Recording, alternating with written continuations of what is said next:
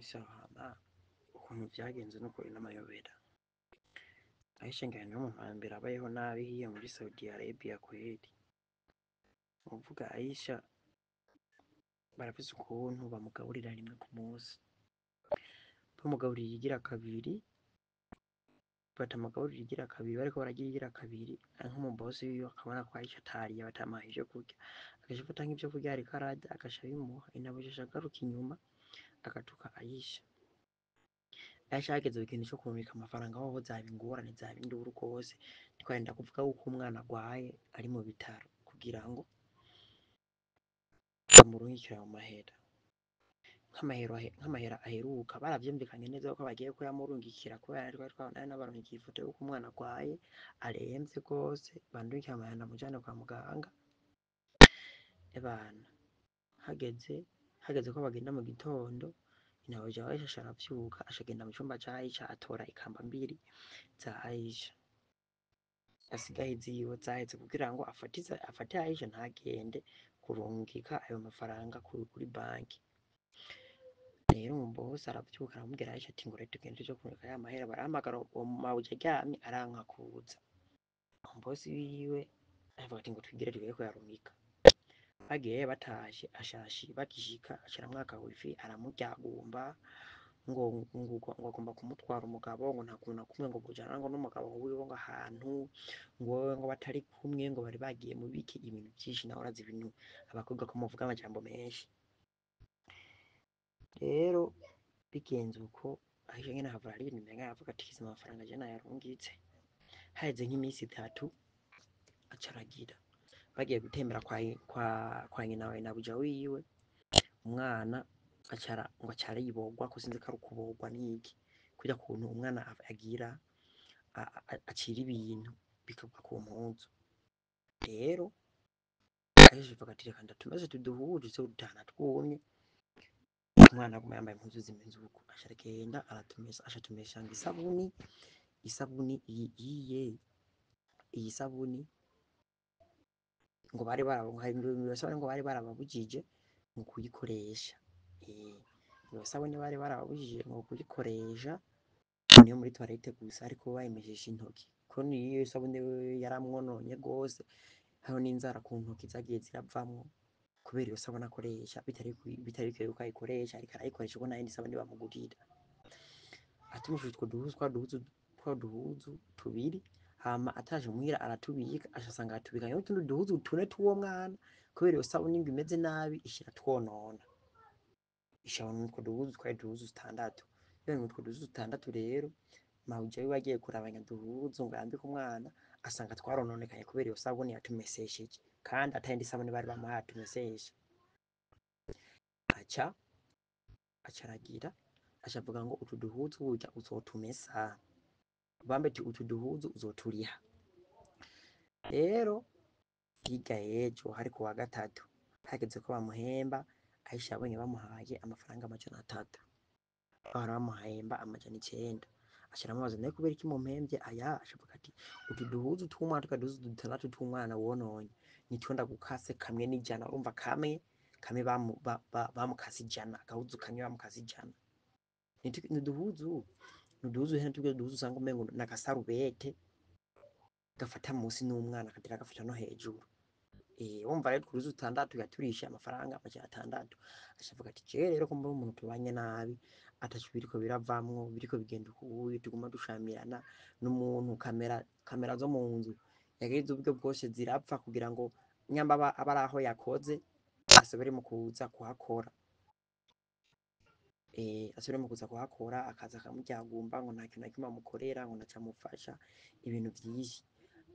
Kandi ikindi kintu agwaye yivuza mu mahera yiwe, kandi kugira ngo aje kwa muganga yakoma induru bikananirana, hamaje nkabwira mabuja wiwe yuko yomujana kwa muganga yuko agwaye.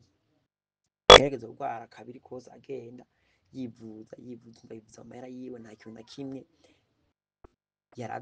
barabazi kumuha. Ikindi kintu ngo bagiye gutembera ahantu, mabuja wiwe yamutegeka yuko afata amahera yiwe yakoreye ngo akajana akaba ngo bo bariko baranywa ivy'iwabo, ngo ntibangonga baraba ngo aciye yisororera mu yiwe. waciye yisororera mu yiwe. Ivyo vyose biba vyari ibibazo kuko urumva umuntu atagomba gusohora, umuntu atagomba kunywa, mwe muranywa ivy'iwanyu hama nawe mukamureka.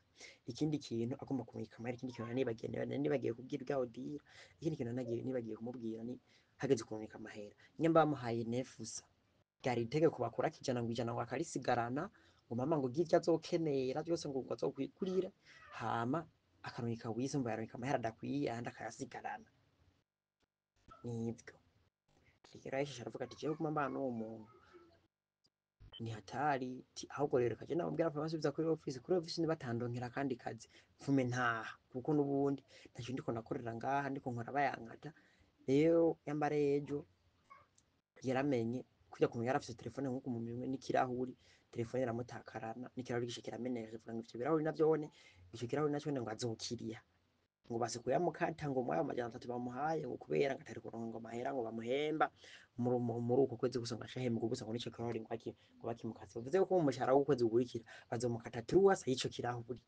Yavuga ati je rero ako naguma nkorera ubusa reka mfume ntaje, namuga ati wowe rero ko kwise mu gutaha wewe ni woge wambare irya mpuzu baguhaye irya informe muri office, hama murindira avyuke umubwire ati ce nshaka mujane kuri office vyananiye kuba ngaha.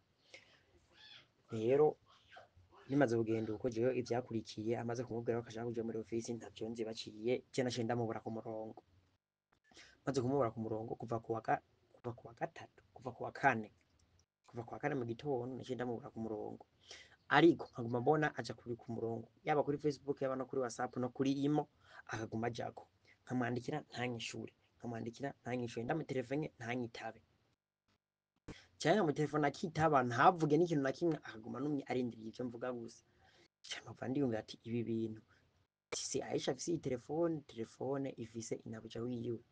Rero camvuga ati reka ndindire ndabe iyo biherera. Ubu rero niho nabonye yapostinze ifoto atambaye mu mutwe, kanzi uko abasilamu batigera bapostinga ifoto batambaye mu mutwe, kandi atigera yipostinga naho baba yarayipostinga nko muri Facebook, atayipostinga muri WhatsApp kubera nyina wiwe yari gusha mubona, mabuja wiwe yari gusha mubona akamushwanira.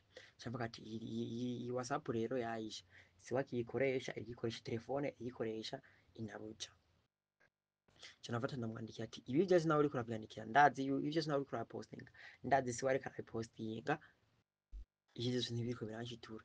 Mabuja wiwe ashanugikira ivideo yashize kuri stati, sinzi ko ufise nimero ya Aisha, stati yiwe iyo video igize niyo ivy'umuntu bavuganye, umuntu yitwa Dominique, message umuntu yitwa Dominique bavuganye z'ukuntu yareka mubwira ati jewe mu Mabuja amfata nabi bimeze ukuntu. Iyo stati ngira namwe mwayibonye iri nkunu za Aisha nyamba ata selection kugira ngo abarije iyo stati ndayibona je nyene. Hama shanabwa ati mumpe gatoyi tuvugane, aranka ashanukira iyindi audio, iyo iyindi audio yoyo ntiyavuga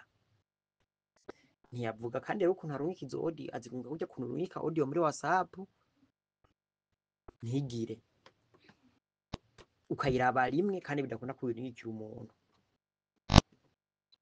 Hama rero iyo audio igira kabinda yuguruye nsanga ni Aisha ariko ararira gose nyene ko minduru gusa nyene ko yabitumvikana gusa nyene nabona ku mwanyene ariko ararira gose nta musozi yamurenze. Ndiko ndaraba ku munwa amajambo yavuga ngo baranyankiye ngo ntavyo gutaha ngo nzogumino ngo mpaka ubuzima bwanje bwose buhere. Nivyo nabona ku munwa ariko aravuga gusa sinavyumva, ariko uriko raba iyo audio ku munwa niko vyari bimeze. Camvuga ati rero reka ndondera umuntu yoba ari hiyo baba barazananya wo kuri Facebook, aramufitaniye umugenzi kuri Facebook aza baraguha abandi bantu bafitaniye umugenzi n'umuntu muvugana cane, ca ndamutora uwo Odile ca ndamwandikira ca ndatomora caranyishura. Rero nivyo sinzi uko Odile yaguhaye nimero ya Mabuja wiwe kugira ngo murabe ukuntu mumutabariza mumukura aho hantu atahe nukuri mwamukoze. Yego nuko ibintu bimeze. Abarundikazi muri Arabia Saudite murumva ko batorohewe mw'abantu mwe. Imbere yo gukira icyo tuvuze kirekire kuri iyo Nshimirimana Aisha, reka mbanze nisabire ikintu kimwe. Mwe muri mu bibazo mubwirizwa kubanza kurwana urugamba. Je maze kumviriza iyi audio niko uyu muntu ntamurose kumbure ngo andondere, nari kumushira muri groupe akabanza akagirwa inama n'abandi bakamufasha bakamugira inama uburyo yokora kugira ngo abanze aronke ibifungurwa, kuko cyumvikana yuko bamumye ibiryo nawe arihangana aranuma, ivyo ntibibaho. Wowe ugerageza uburyo bwose ukabirya, pana gutinya kamera, wowe nuvuze ngo baranaziyishe. Mugabo iyo inzira nziza yo gusaba gutaha ni kugerageza kwerekana ko bataguha ibyo kurya, niyo ba polisi uyihamagaye ukabwira ko utarya, narabahaye nimero, polisi ikibasaba ko bakugaburira kandi bakakugaburira neza. Ibi ni ukuri ndababwira. Rero ikintu kihari ngiki ndakibabwiza ukuri, mu byo numvise hano, icya mbere ni uko uyu yarasamaye arateba ararindagira aho yakwa telefone. Iyo vyasi ibi vyose, iterere mw'ibarabara wemere ibikurikira, polisi ze uyibwire ko baza kugaburira ukereza ibarabara. Ni ukuri birakunda, polisi iragufasha. Ikigo camurungitse, iki ni igikorwa cawe cyo gufasha uwarungitse muri Arabia Saudite kugira ngo aronke ivyarya, aronke ubutabazi. Mu kanya nabahaye inkuru ndabereka uwitavye Imana kubera yase gutabara, kubera vyase gutabarwa, base kumutabara, ofisi ntiyamuvugiye. Uyu yatswe telefone ngo nteko avugana n'umuryango, afise ingorane nyinshi. Ibi vyo kurungika amafaranga bibamwo ingorane. Wowe ugiye ubonye habaye umenye ikintu wakurihisha, ntuvugisha umunwa, uca uhagarika akazi. Amafaranga mwankase mutayampaye sinongera gukora. Induru zikava ngaho, ofisi ikabimenya, ugasigura uko vyagenze, bigenda birapunguka. Gutekereza ni kimwe mu bintu bituma abarundikazi bahura n'ivyago. Twe dufise umuco wo gutekereza no kubaha, ndabizi. Tubwirizwa kubanza kwa buryo mu muco tuwuhindura. Aka n'akagohe ndiko ndavunira abantu mwumva iki kiganiro. Iyo haje umuntu atabaza harengako impanuro nyinshi. Ibi kandi nzobivuga ngo mbe nze sarare, nta kundi. Abazovyumva bazovyumva, muga ico nizeye maze kubona nuko ivyo mvuga hariho abo bifasha, kandi no muri kazoza bizoguma bifasha abantu niyo nzoba ntakihari. Ibi mvuga vyo bizoguma biriho. Reka munkundire rero mba tubandanye. Ico nipfuza abogira amakuru, murumva ko uyu ariko aratabaza avuga ati nanje sinzi amakuru neza, kuko iyo nanditse inabuja biboneka ko ari bamwatse telefone, niwe ariko aranyishura, niwe ariko aragira utuntu, mugabo yatswe telefone. Ni gute none uyu kuba telefone agatekereza? Ngomba ndabigishe systeme.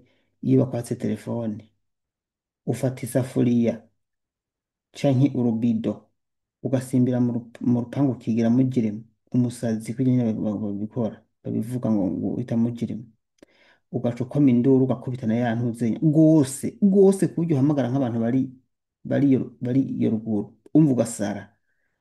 Ababanyi baca bahamagara polisi iti muri rurya rugo hariho umuntu yasaze, canke hari umuntu ariko arakoma induru. Jewe ndakubwije ukuri, urabikora ata bwoba, ubikore udatinya, uzura yuko uzomara isaha polisi itaraza, iminota 30. Ntibibaho. Polisi ije ikigufata kujana kwa muganga ngo wasaze wagwaye, uca uvuga ingorane ufise, nta bundi buryo bwo gutabaza. Uwo nabibwiye ejo bundi bamugaraniye mu cumba, yabikoze ku muryango, baciye bamwugururira, yaciye ajanwa kuri ofisi, yahavuye aronka itike y'indege aca arataha. Yaramaze iminsi ine yugaranye mu nzu yaratekereje, batamuha ivyarya, bamuzanira agakupsi kamwe, yarishwe n'inzara, aciye ataha. Nawe rero nibona vyase byose bariko barakunyanyasa bugaye urupangu udashobora gusohoka, ijwi rirarengana, koma induru rwose, emwe birenze, ntabugire mu bantu batokumva, utuma wumva n'imodoka zirengana zigahagarara, mugabo zigahamagara polisi. Ntibibaho ko wobikora ngo uri ugutabara.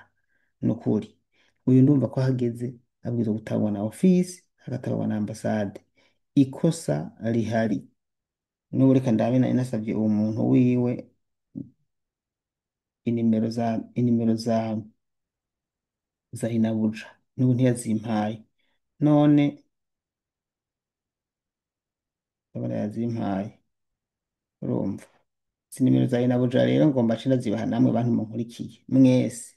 Mwese mumukubite message, urumva, mumukubite message, mumukubite message mwese, mwese mumukubite message, hamwe aza kubura amahoro. Nanje nagiye kuraba uburyo noca hirya no hino turako tworonka amakuru k'uyu muntu. Mugabo mu gutabaza muze mugerageza mutange ibikwiye, kuko ibi nama nabivuze, nta mpamvu yuko ndinda gusubiramo ngo mpa nimero za inabuja. Uje gutabaza ubwirizwa kumenya ibintu bikenewe. kuko nta mwanya mba mfise wo kuguma nk'uyo nja kuraba nari nzi ko atazimpaye mugabo kuko ndinze kuzisaba aciye azimpa kandi izi sinarinda kuzisaba ku busanzwe nawe aba azi yuko zikenerwa akazimpa imbere yuko atabaza imbere ya byose. Murakoze rero reka ndabasangize kano kantu kwanza imbere ya byose.